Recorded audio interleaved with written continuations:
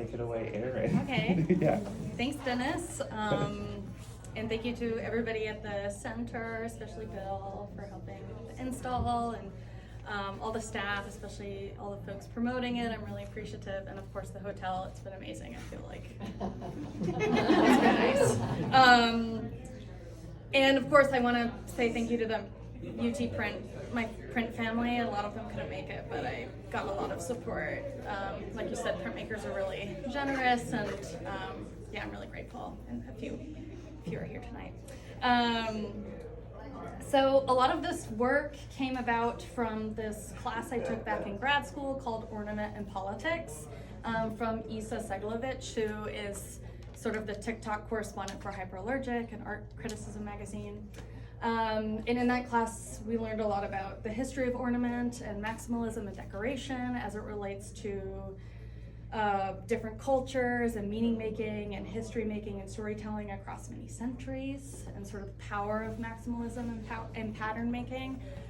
And so from that class, I started to think about the patterns that I grew up around, and my family, we used to go to Edwards Marquis all the time. And I was thinking about the movie theater carpets there, and the Derry Ashford roller rink and over there in Stratford area, and that floor to ceiling total carpeted insanity of a roller rink.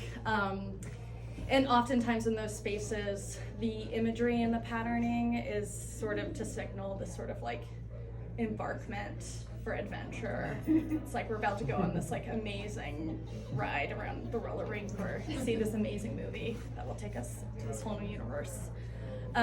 So then from there, I started to think about the way that pattern can be used in this sort of different way. I started thinking about casinos and sort of the malicious intent behind designers and casino moguls to sort of decorate maximally as a way to control viewership and patrons. So that hyper patterned, really maximalist nature of the casino carpeting is sort of meant to keep patrons spending and drinking. It's also sort of like intentionally ugly so that it can hide, vomit or blood from the patrons who get like a little bit too out of hand. It's like a really easy camouflage.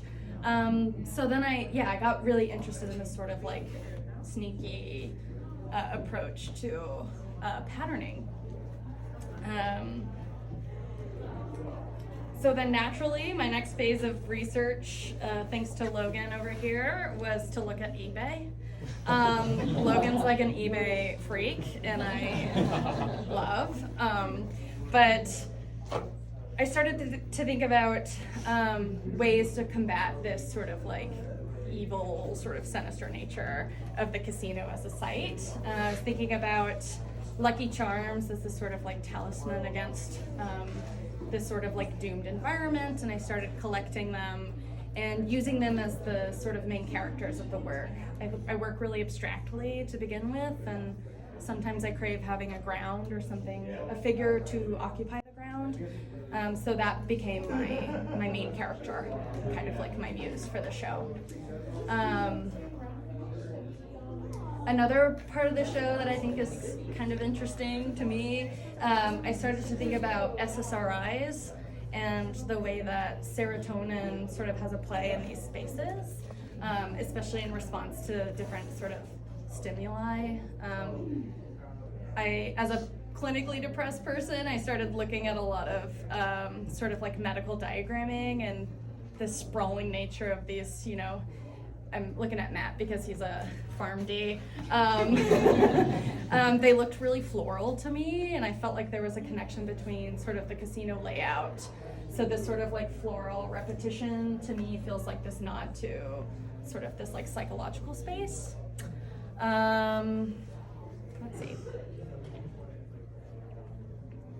I also obviously think about color all the time. A huge influence of mine is this decadent text from Huysmans. I'm butchering that. But it's called Against Nature. It's about this decadent aesthete who sort of isolates himself in this mansion, and he gets to choose all the colors of this.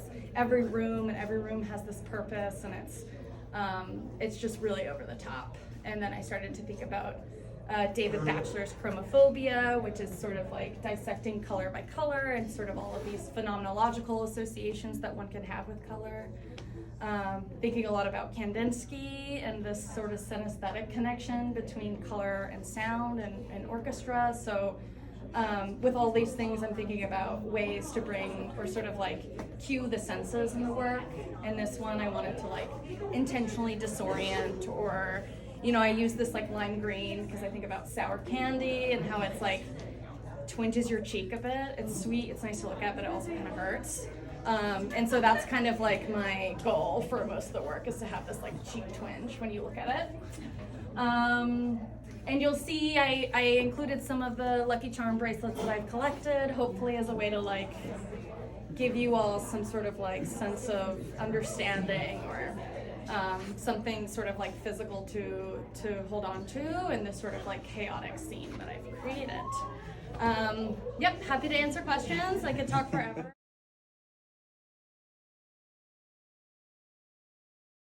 I guess I was thinking about ways that patrons can sort of like armor themselves to prepare for sort of the risk that goes with gambling, or entering this site that you think you have control over, but you know the house always wins, and thinking of all these, you know, little things. And I just like them as like, you know, I feel like they've become really popular recently because of Taylor Swift. I see online all of her fans are like making each other, you know, their friendship bracelets. But I don't know, I just like this idea of like people having and owning. And I was looking on eBay, all of these, I would literally Google Lucky Charm Casino and find all of these bracelets that had these like, I heart bingo. And yeah, that one over there in the purple is my favorite bracelet. It's a bingo themed bracelet, and then there's randomly a troll in it.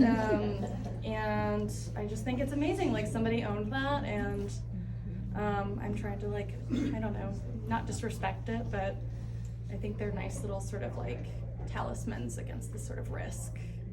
Thank you so much. Yeah, thank you, Dennis. Yeah, thank you, Erin.